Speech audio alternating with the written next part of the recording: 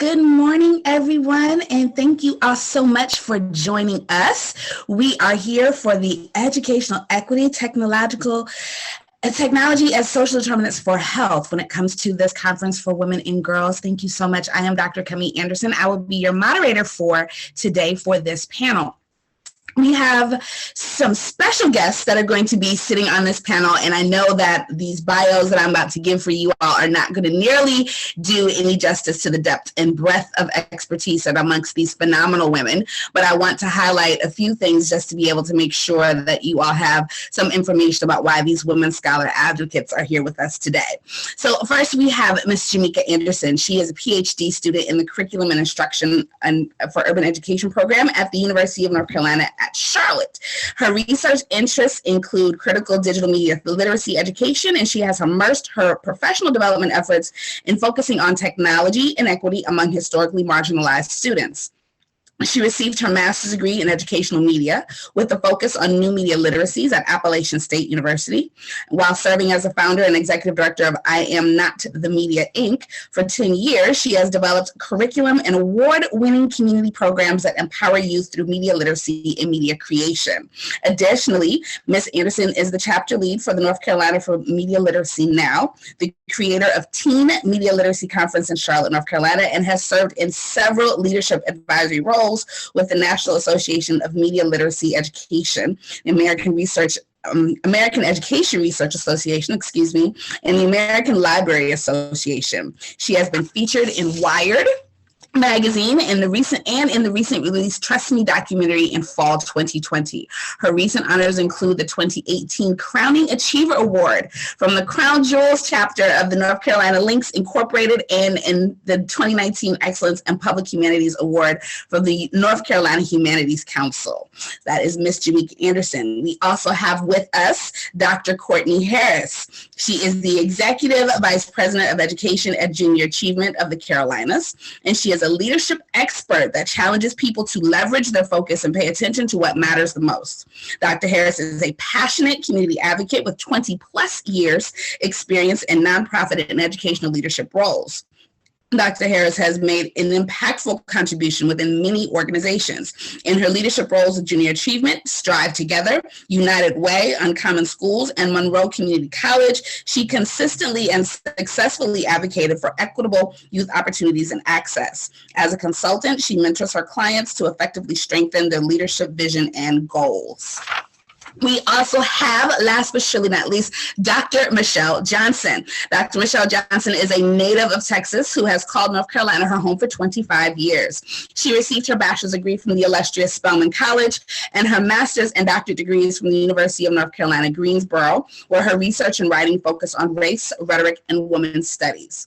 After serving as an adjunct professor at Guilford Technical Community College, North Carolina A&T State University, and the chair of the English and Foreign Language Departments at Livingstone College, Dr. Johnson transitioned from higher education to found a charter school.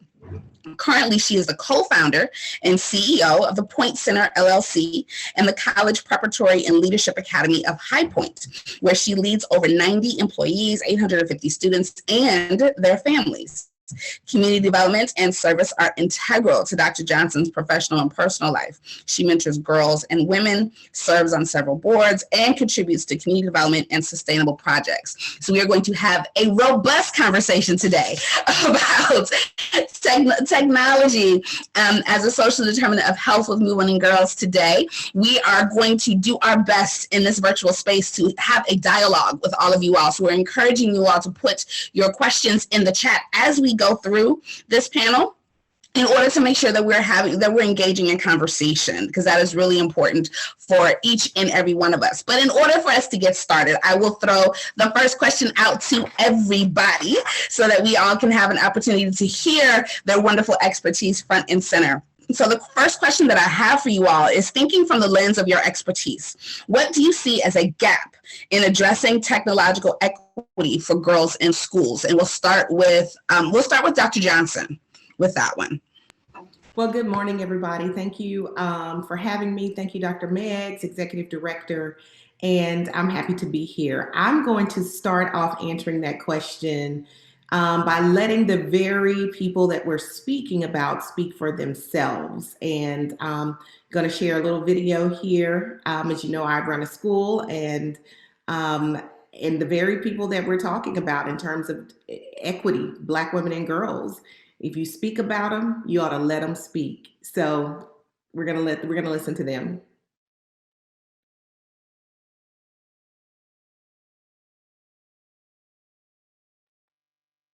Today we are going to be talking about how much COVID-19 affected how much we have to use screen time for work.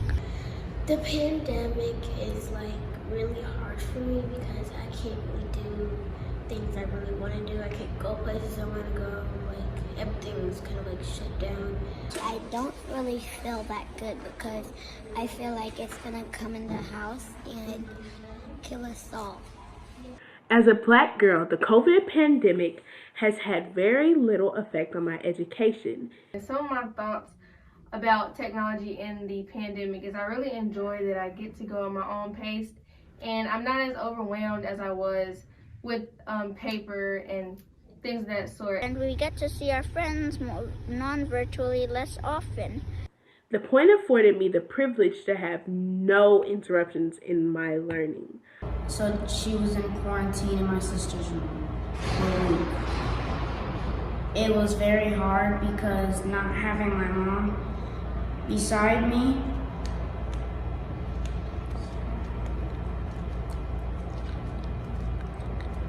it was just hard for me. It's so hard when you get behind and you still have work piling on top of you. It's a lot. You also have to sit in front of the screen a lot, which is not good for your health, but you have to because it's for schoolwork. The classroom had moved from school to home, but the teachers and the support systems were still there. The internet goes off in the room. On some days my internet was down. Not everyone has the same resources, and not everyone has internet or access to internet. And I myself have even had some issues with that Moto, the mess up, not being able to turn in my work. I love being a hybrid scholar because I don't have to use electronic devices all the time. I have 2 days on campus and 1 full screen time day. We couldn't get to our teachers. We were so used to doing hands-on with our friends every day, like workbooks, worksheets, and then we had to use Google Classroom, Zoom, and Edmodo, and I had never heard of any of those ever in my life. This year and last year has definitely been a learning experience, and I feel like it's something that we will all learn from.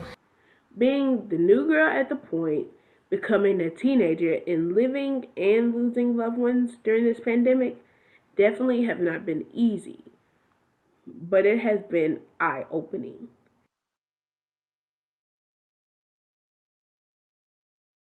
So thank you for hearing from them. I felt like it would be really disingenuous for me to come on a panel about Black women and girls and disparities and equity in technology and access in a pandemic and not hear from them. And it opened my eyes that I hadn't done enough.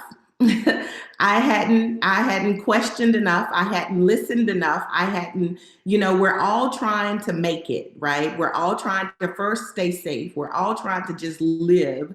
And we want them to be safe. We want them to be healthy. We want their parents to be healthy. We're all trying to just live, first of all, right?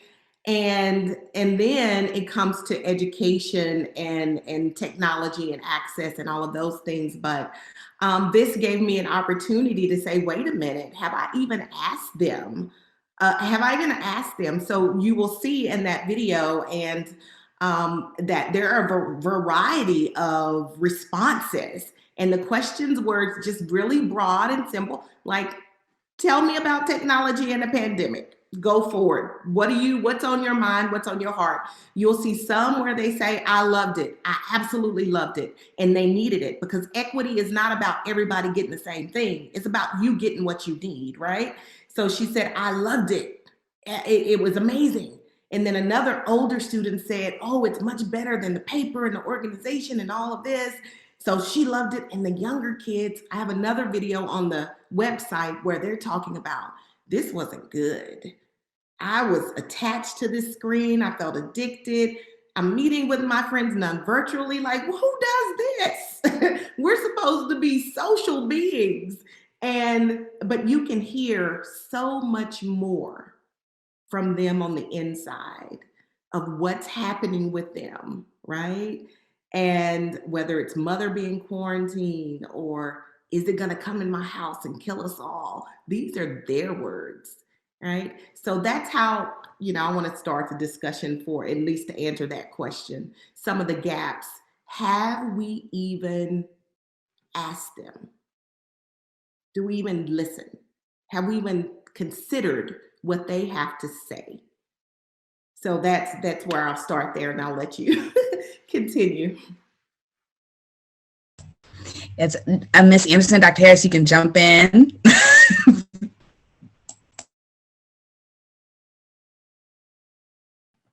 All right, I'll jump in. And Dr. Anderson, I actually have a presentation to share. Do I have permissions to share my screen? I do. Okay, awesome. Thank you so much, Dr. Johnson, for sharing the words of those young sisters, because I myself have a daughter and a little Black girl, and she has shared similar sentiments in regards to the pandemic. And for her, she experienced cyberbullying in school. So she actually enjoys doing the remote learning and the affordance that technology has allowed for her to engage in learning through school. I'm actually going to share my screen. Here we go. So I'm speaking from the voice of a practitioner. So once again, my name is Jamika Anderson, and I have a nonprofit organization called I Am Not the Media that I've been doing for 10 years in Charlotte, where I was teaching media literacy before it became this buzzword that's been on the scene lately, where I used to get people response saying, what is that? So that's my area of expertise in the lens in which I look at technology inequity among the youth that I serve. I specifically serve teens and adolescents, and I do a lot of programming with groups that center the focus on Black girls as well. So I'm just going to highlight some of the things that I look at as some of the gaps. One of the main gaps is we're providing this technology to teens and to youth and girls, but we're not actually looking at the ways in which we need to teach them to use it in safe and healthy ways. And so what the pandemic did do is it said, okay, everybody's remote now, but we didn't take into account some of the issues and challenges that existed prior to the pandemic with not having technology, and how those things were going to play out with now this new charge to have devices and engage in remote learning. So briefly, for those of you that may not be familiar with what media literacy is, I just want to highlight that very quickly.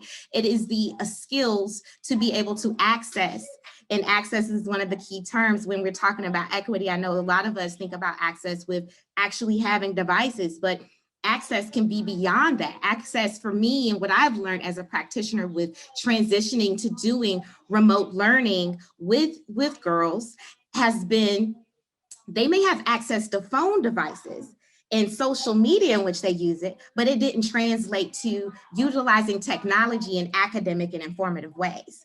So those are different types of ways to use technology, and how does that resonate when now you're trying to teach girls through technology? So that's one of the main things I do want to highlight.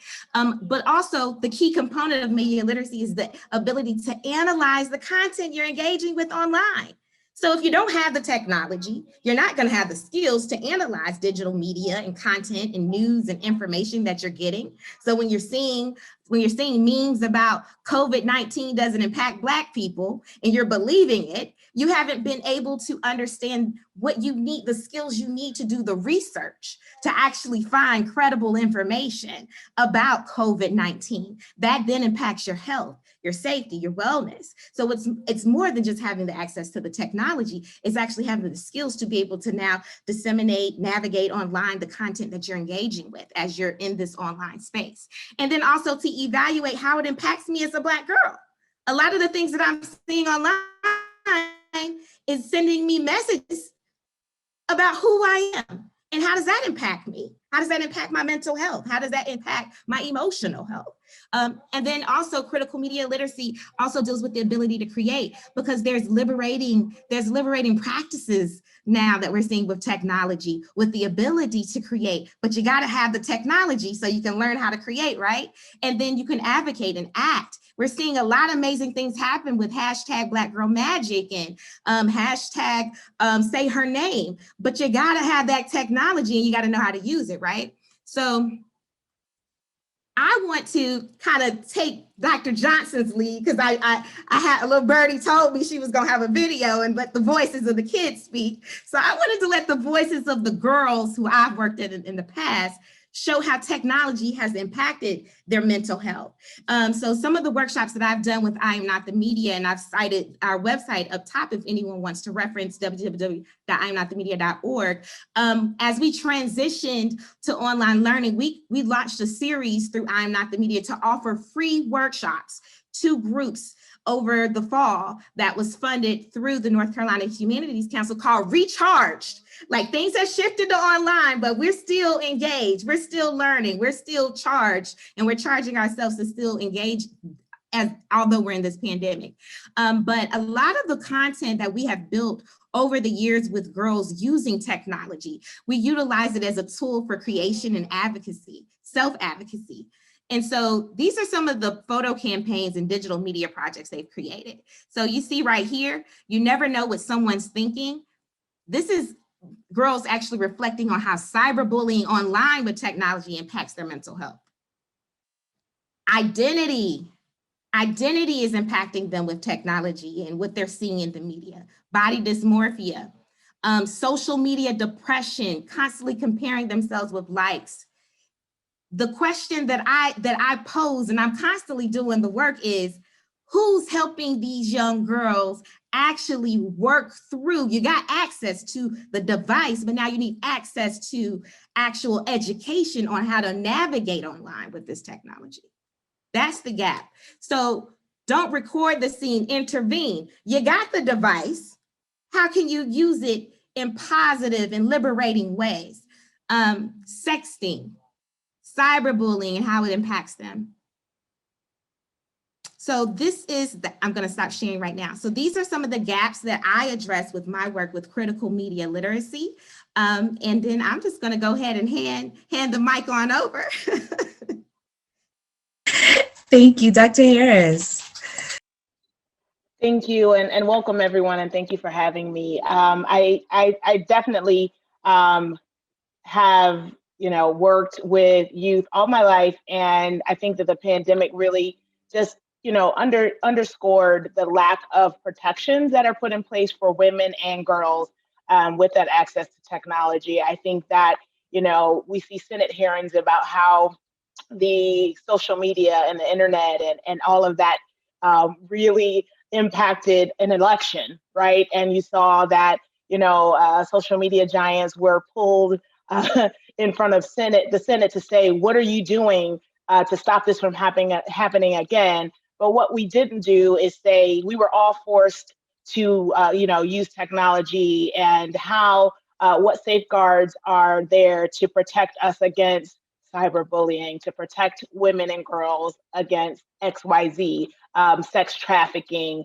all of those things. It's just not risen to that level that folks are talking about it. So I'm just excited to start the conversation, but really look at where the gaps are as far as the protections that need to be put in place for our youth that are now forced onto platforms that are not built with their safety in mind. Thank you all so much. So we have this notion of just the wide range of the impact. Then we have just critical thinking in general, like how do we think critically about the ways in which our girls are engaging in media, and the wide range of just the social emotional impact that it has on every single girl that is doing stuff. I have a daughter myself who is on social media and trying to get her off of YouTube so she can do classes, but understanding that all of this differentiation that needs to happen is happening in real time. And a lot of times the teachers don't always have the skills that they need in order to be able to help. What are some of the ways in which you can see how that disconnect might be happening in terms of these students getting the skills that they need, and then also trying to address all of this emotional impact at the same time? What are some of the ways in which you're able to support, or you've seen support for teachers in making sure that these girls are getting what they need when it comes to how they're using technology? Well, I will start there, and I always have to go back to the institutional level, right? Because teachers are part of institutions. And we know historically that institutions were founded in this country not with our best interest at heart, and matter of fact, anti-Black. And we also know that the institutions were built, off of Black bodies and because of Black bodies. So the first thing that we have to do is we have to look at the institution in which our Black girls are being educated. And is this institution at its ground level, at the purest form of it, does the institution see them? And does the institution count them? And does the institution value them? Right? So we have to start there, because teachers are just a part of a larger institution, right? You can fix one teacher. You can give one teacher strategies. You can send one teacher to professional development, but that doesn't fix the institution, right? And that's just those girls, 20 girls in that teacher's classroom who may get access, who may get the literacy that she needs, but you haven't addressed the institution, right? So I pride myself on being a disruptor of institutions through our school and founding our school. But first of all, you have to count them. So I would challenge anyone who is watching, who is a part of an institution, who has any weight in that institution, to count your Black girls in your institution. How many do you serve? How many do you impact? How many do you have, right? I know at our school, we serve about 830 scholars, 357 of them identify as Black or African American, right?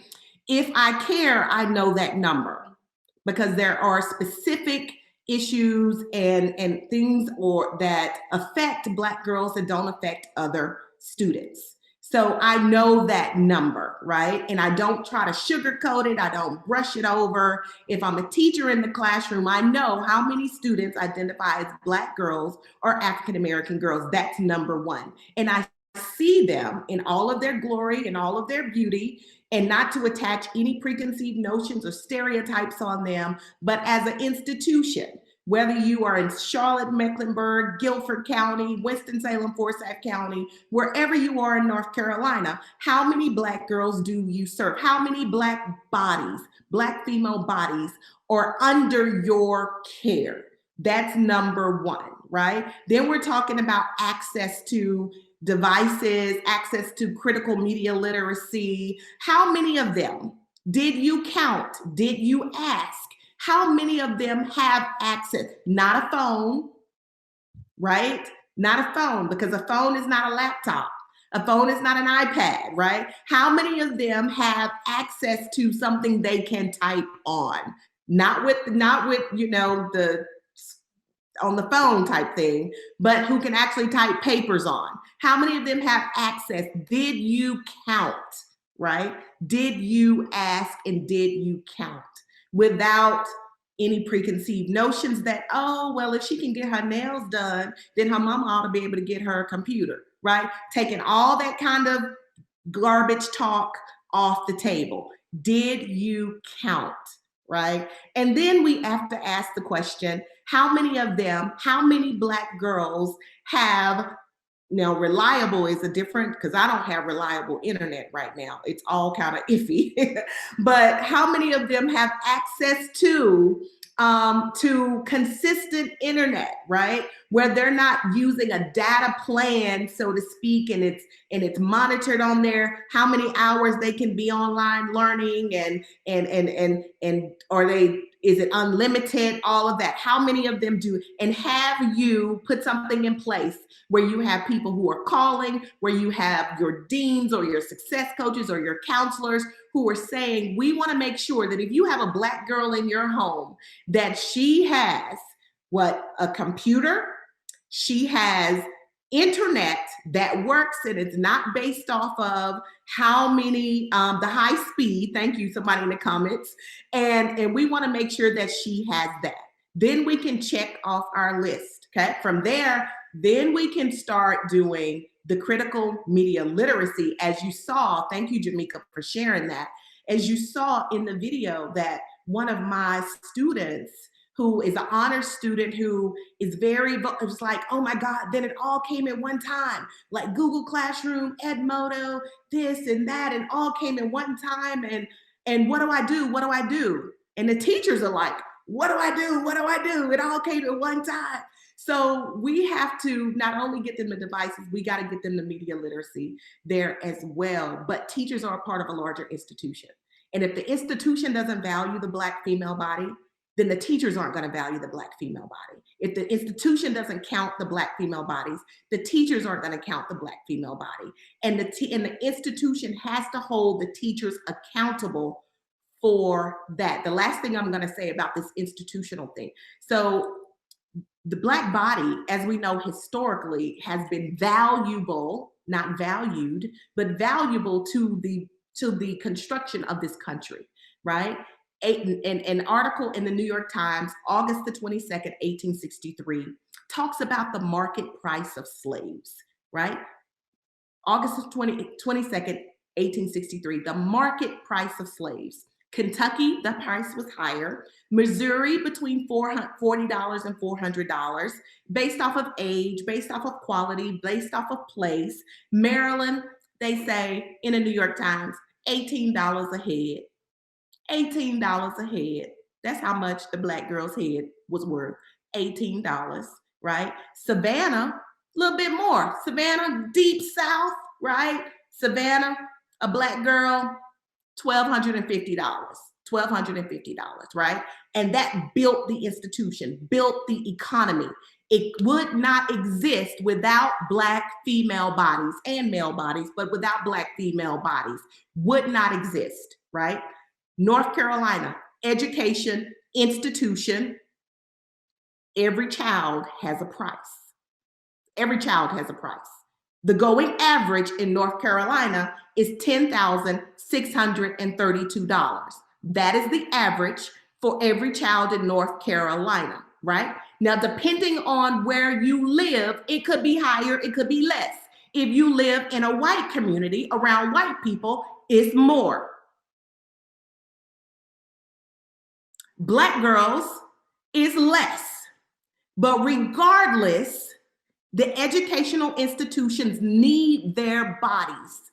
They need Black girls in those seats in schools. They need them on attendance rosters because money is attached to it. The public education system would not exist without Black bodies in those seats. And there's money that is attached to it. And because there's money attached to it, we ought to demand something from these institutions, not just from teachers, because teachers are a part of institutions. We ought to demand something. And parents have to understand that they're getting your money for your Black body, but are they giving anything in return? What are they giving? Is it quality? Is it worth it?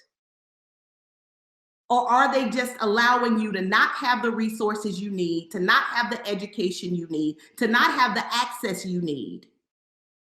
So we ought to make a demand because our Black bodies are valuable. And I appreciate that, because a lot of times we do talk about the nature of the teacher responsibility, but it really is the institution, an institution that is, just let's face it, it's rooted in supremacy, and it's rooted in silence, and silence being able to be that thing that works for making sure that you can perpetuate the institution in very particular ways. We're developing all these worker bees, as you very, very, very succinctly put the price tag on our children. We are developing worker bees, and this is the cost to have these worker bees. So being able to address that institution is really important. I do see a question in the comments, but I do want to give Ms. Anderson and Dr. Harris an opportunity to be able to answer that question before I address the question in the comments. Thank you. So, Dr. Johnson, oh my gosh, I just want to go ahead and say that I'm working on my dissertation, and it's focused on Black girls in education. You gave me some key points that I think I'm going to add to that lit review section. But I do want to kind of go back a step and really have that conversation about the accountability with educators and the institutions when it comes to technology and looking at the needs for girls. I'm going to share my screen again. I shared along with my bio, a recent article that was published last summer in 2020 as a result of COVID, from some work that I did with a colleague, where we looked at how youth were engaging and learning online. And we worked with his school that is a predominantly low income school. And we noticed some challenges that were associated with technology and learning. And so I do want to also highlight that there's an intersectional lens to look at with Black girls, but also with poverty and its impacts on technology access and the usage of technology.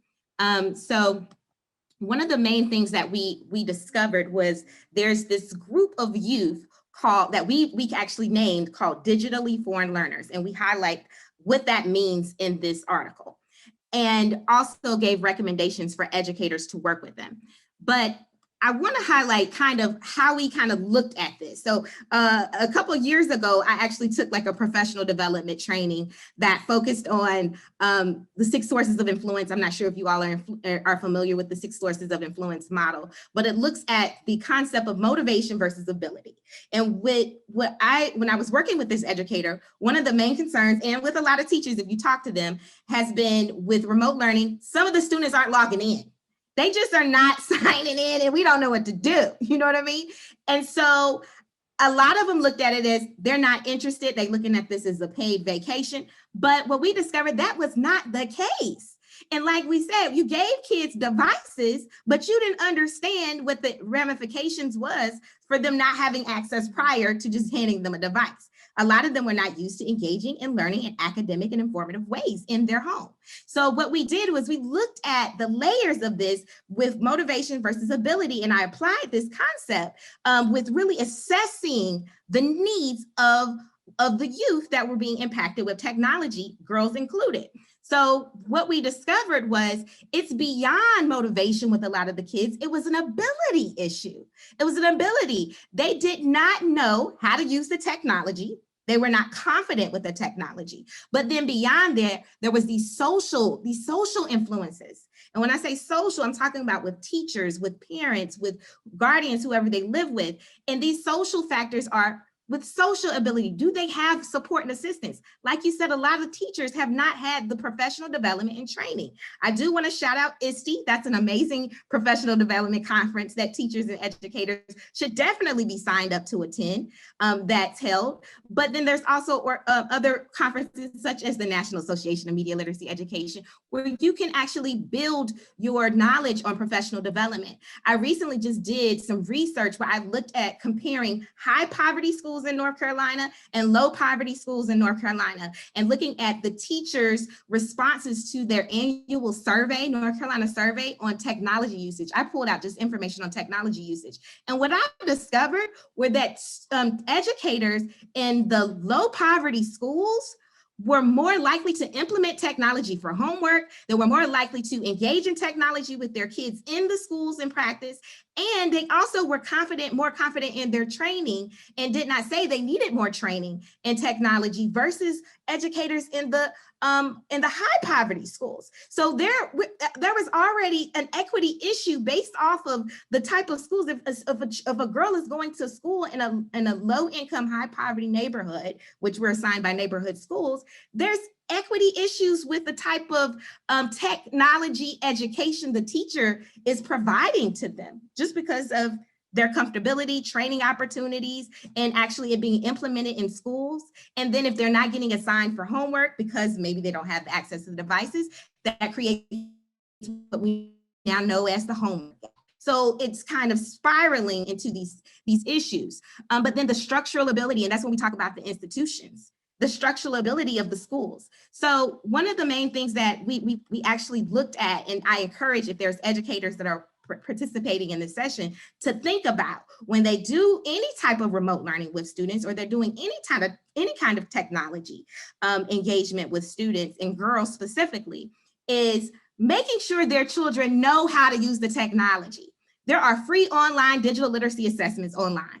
You can allow your student, your child, your girl in your classroom to take these digital literacy assessments just to see if they know how to turn on a device, cut it on. Do they know where USB port is? Do they know how to send an attachment? Do they know how to and you can see where your child, your student, the young girl that you're working with, where they are with digital literacy. And then we're looking at a different form of differentiation now that we need to include with learning, right, and practice. What kind of support do they have? Digitally foreign learner students are less likely to have parents in the home that actually know how to use technology themselves. Kids from more affluent backgrounds are more likely to have those support structures in the home to help them navigate online. So that's another equity issue that you have to consider. The social support structures that are in the home as well, if they're having to practice technology and learning in the home in academic and informative ways. But then the structural issues, that's when we now bring into account broadband, internet access, school internet, home internet, those structural issues that needs to be addressed. But my challenge is I promote people to think of access it's so many layers to this onion that we have to peel. It's more than just giving a device and giving internet access. There's social abilities and structural issues in place that are needed to support girls in technology learning and equity. I'm going to stop sharing. And I know Ms. Dr. Harris probably has something to share. Yes, Dr. Harris. Oh, thank you. Thank you, Jamika. I definitely think that my daughter is a CMS student, and what you talked about as far as access to technology, two sets of broadband internet service, because we all work from home, which is also there's disparities there, right? So how many parents are at home for work, and how many parents are stay-at-home moms or stay-at-home dads that, like, I'm at a conference right now, so I can't exactly be helping my student if there is a technology. So, technology issue. And I see in the chat, someone said, what about grandparents? What about the, broadband? And I do think that is something that we talked about at our last panel around, the disparities, even within a household like myself that has 4 different devices, has technology.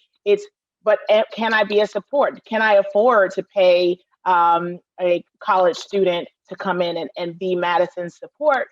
When I am at work, when I am doing a panel, or when I'm doing the work that I need to do to get by, let alone someone who has a job does not allow them to stay at home and work from home, who is helping that student, get through the day. And I do believe that really impacts the self-esteem of that student. And I've seen that in my daughter's class, that, you see the cameras go off around 10:30. You see, I hear the teachers, coming through and saying, hey, are you there, X? Are you there, Y?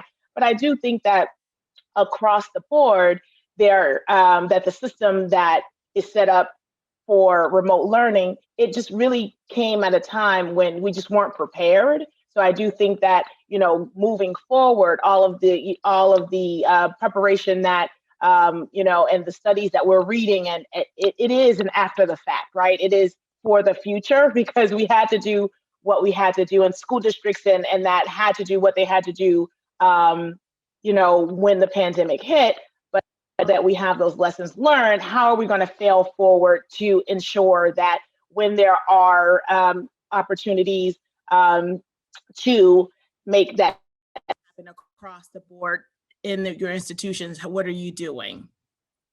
And thank you for addressing that comment in the chat, but I want to dig just a little bit deeper with that one, because what we're talking about is this, we talk about, how we pass things on to generation, and our technological capacity is also one of those legacies that we pass down to our children. What we're able to do with computers is what constitutes our children being able to be familiar with or unfamiliar with when it comes to technology and media literacy. I have a background in communication and new media, all of that stuff. So my kids have a different understanding of how to engage with devices and what that looks like. But to have a home where the technological knowledge might be a little bit different. I don't want to say that it's lacking. I don't want to say that it's inept. I don't want to use those terms, but it's different than what might be happening in my home. What are some of the ways in which you see our opportunities to capitalize on passing down a more deeper, stronger foundation of a technological legacy to the children, so that they might be able to, girls in particular, use this as a tool, use technology as a tool for liberation of sorts, because all of the work that you all are doing are liberative in terms of how they're able to engage in technology. So how then do we support the foundation to make that legacy of technology stronger, so that when they have children, this gap is smaller than it is right now? And what I can say is, and you're coming from, and my daughter, to use her as an example, we both, my husband and I, both have advanced degrees that we were the first of the virtual learners at Clemson. We were the first of the virtual learners. So this is like old hat for me, but the same happened at my job. Folks weren't ready to work from home. I'm like, I've been doing this for decades, right? And it's that, like you said, is passing down that, but it's also around using it, like Jamika said earlier, Ms. Anderson said earlier, like using it in a healthy way, and not becoming, using technology in a healthy way as it relates to education. My daughter had ABC Mouse. You all heard ABC Mouse. My daughter had those things at a very early age. All of my nieces are swiping on by 2, but it is also, understanding that without the support and the education of the educators and making it so that student teachers, when they're in their master's programs, they have that technology lens. There have been grants for the last 20 years to integrate technology into education, right? But a lot of schools, and Dr. Johnson will tell you, a lot of schools aren't going for that. They didn't want, because of teachers unions and all of these things, they didn't want to integrate technology when they had the opportunity to. So the way we educate our educators has to change in order for the inequities to change. To Jamika's point, if you're going to be teaching in a low income area or under resourced area,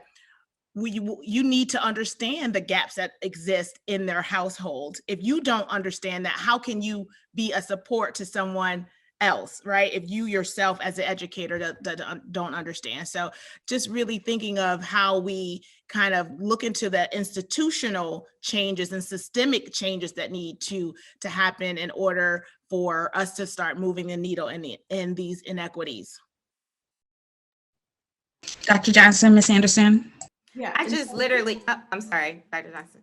Okay, we have to, in the school systems, we have to address technology. We know that. We know we have to teach our scholars on campus when they're with us.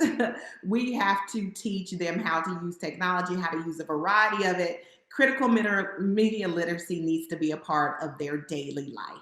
We know that. In addition to, they're so open to it. They are so, they are the technology generation. So that's not a problem. That's not the hang up, right? So we just have to make time to do it. in addition to all the other stuff that we are required to do, right? So we got to get back to all those other requirements, right? In addition to the social emotional learning, in addition to the mental health plans, in addition to the end of year testing, all of those things, we have to do all of them together at the same time, right?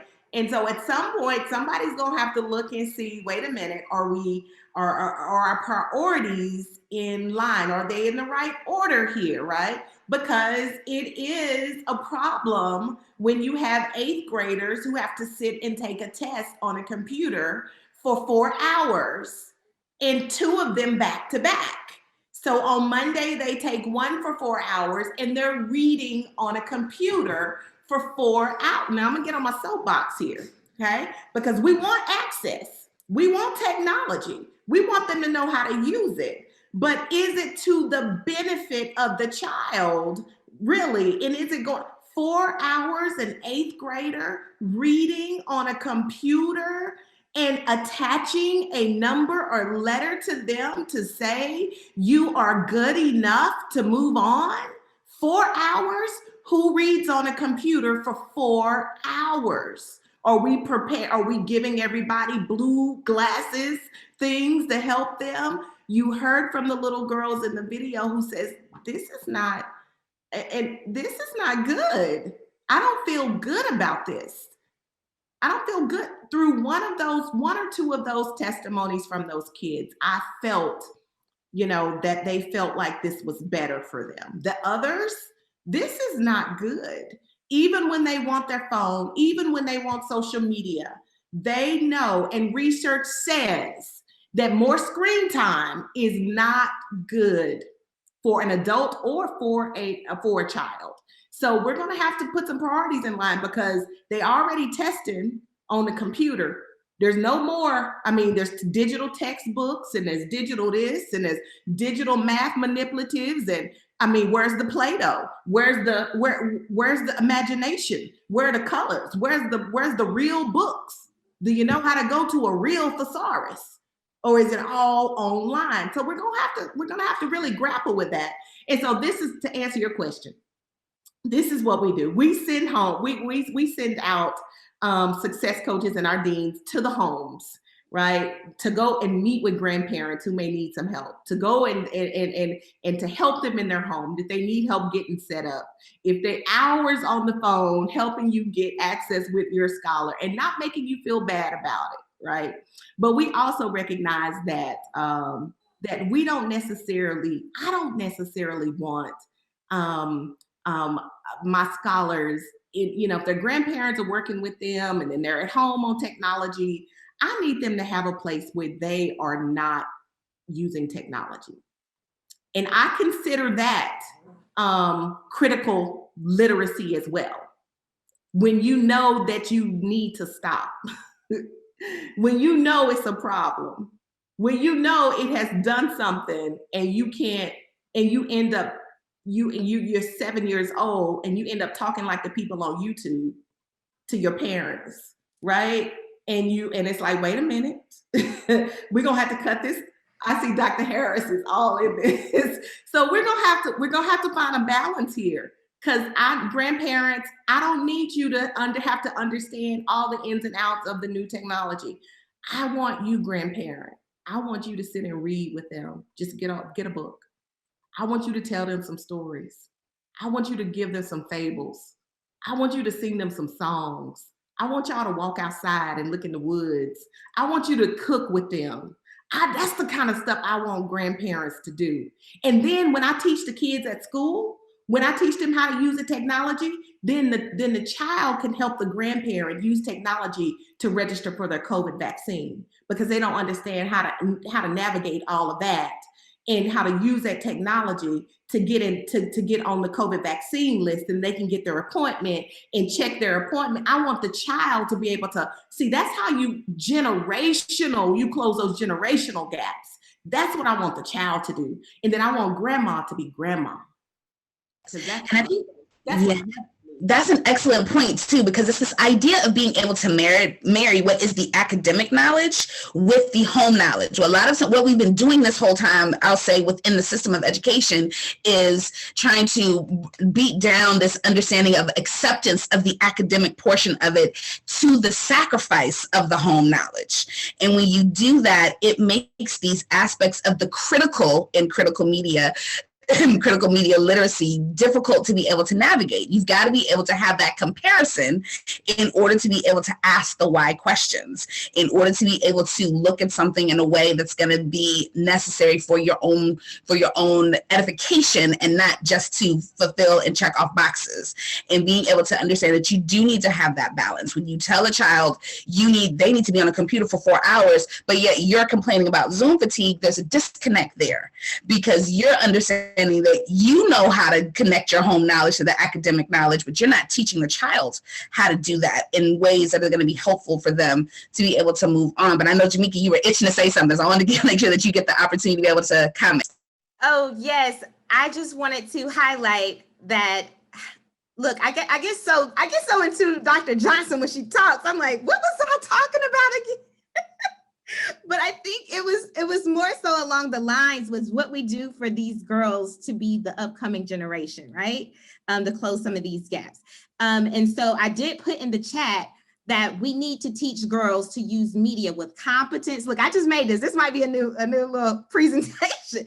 Competence, confidence, critically and creatively. But then I'm going to actually add collaboratively, because amazing things can happen when girls get in numbers, right?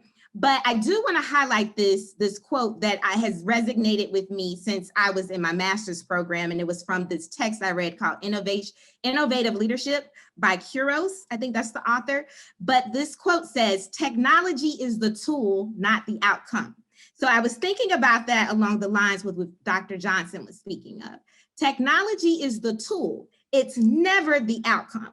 So if you are an educator and you have your children online for 4 or 5 hours, just doing just basic reading and basic math, and that's not cool. It's about the experience, and everyone's getting different experiences with technology. And that's where that education component comes from with teachers, because you can create some extraordinary experiences with youth if you have the training and the knowledge on how to use technology as the tool. Just like a book is a tool to get information about the past, to explore space, to explore countries and cultures.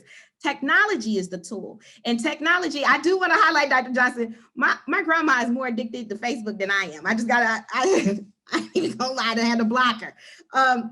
But there's some education that needs to take place with some of our elders too, that have now gotten their hands on a smartphone with social media and don't know what to do. They sharing random posts they don't need to be sharing. They comment, and I'm like, everybody can see this. You know what I mean? So is there still some education that has to go into play with some of our elders when it comes to technology and usage? And there's opportunities there for our youth to, as we educate them with critical media literacy, for our elders to be educated with critical media literacy as well. But it's the experience. I just did a project recently that just launched that I did with teens, where we utilized critical media, where they were able to look at the history of Black education in Charlotte from 1920 to 2020. The focus was not on technology. Technology was the tool, and it was utilized in liberatory and educational ways.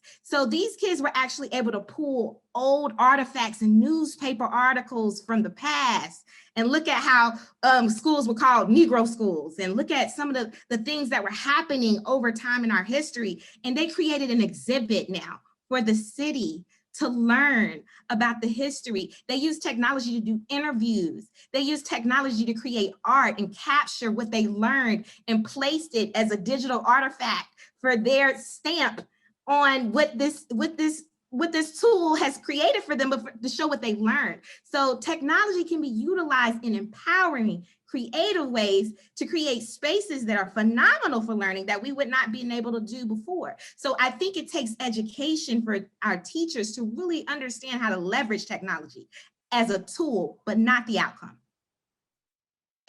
Yes, I think that's being able to understand like how we can make this technology beautifully disruptive for our women and girls is really important. I know we're coming close to the end of the panel. This has been a wonderful discussion, and there's no way that we're going to possibly be able to just belt out 1,000 solutions in 5 minutes. So I'm not gonna ask anyone to do that.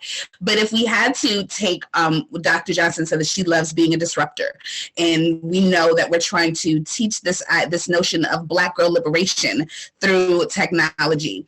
What is one thing that you would suggest for the attendees that are here today that are listening to all this conversation and getting all of this wonderful information from you all? What is one thing that you could suggest that would give folks a step to helping young girls become beautifully disruptive with technology?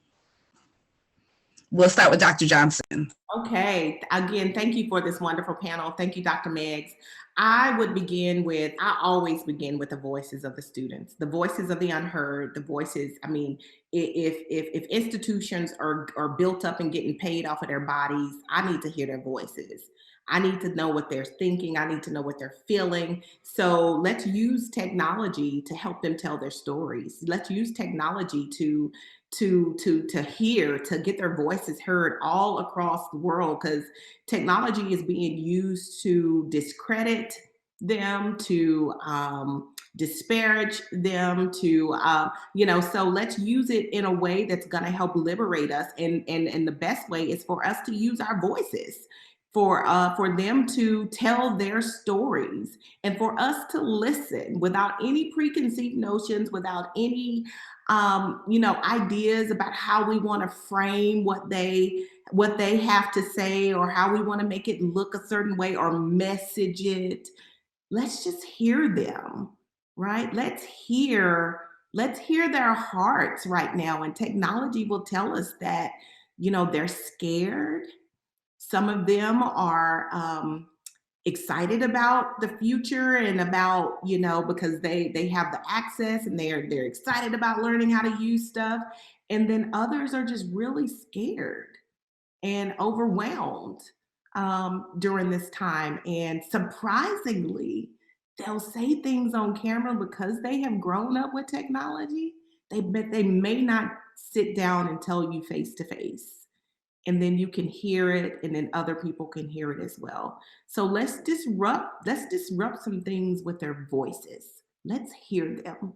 Let's let them talk, and then let's listen. Absolutely. Dr. Harris, beautifully disruptive. What's something? I think, and I just put in the chat, to piggyback on what Dr. Johnson said, I think that, using technology, I talk to my daughter about Roblox, right? And I say, you want to build houses in Roblox, go to school, learn about engineering, maybe learn how you're wired, but hearing from them. Girl Effect is a company based out of the UK that actually teaches girls how to be researchers, teaches young ladies how to go into their communities and do the type of research that we are all doing at a PhD and EDD level, but actually teaching them how to be researchers, using technology, using that to elevate the voice of the girl. So it's not, like Jamika said, it's not about using technology as an outcome. It's the tools, using the tools that you have, but then also tying it back to how the world is advancing because of technology and innovation in technology, but allowing us to learn how to code, allowing us, to have a seat at the table, to really see ourselves in this technological innovation. And I think that that's really just the key, is really using the technology as a tool, but really doing it in a way that is advancing, like you said, is disrupting, but then allowing us to fail forward as a nation to, to do better than we're, the last generation. So thank you. This has been a great opportunity. And I am just so excited that we were able to have this conversation this afternoon. And Miss Dr. Sunkam, Miss Anderson, any last words on being beautifully disruptive and steps that we can take to help our girls be beautifully disruptive in technology? Yes, I claim it. So one of the key themes that I have learned that is an issue and a challenge with Black women and girls is visibility.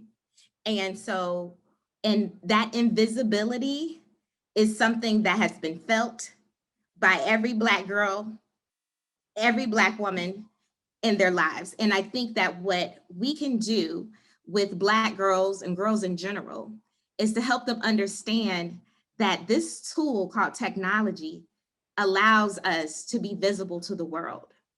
And you have the power, a power that we didn't really have access to before, okay?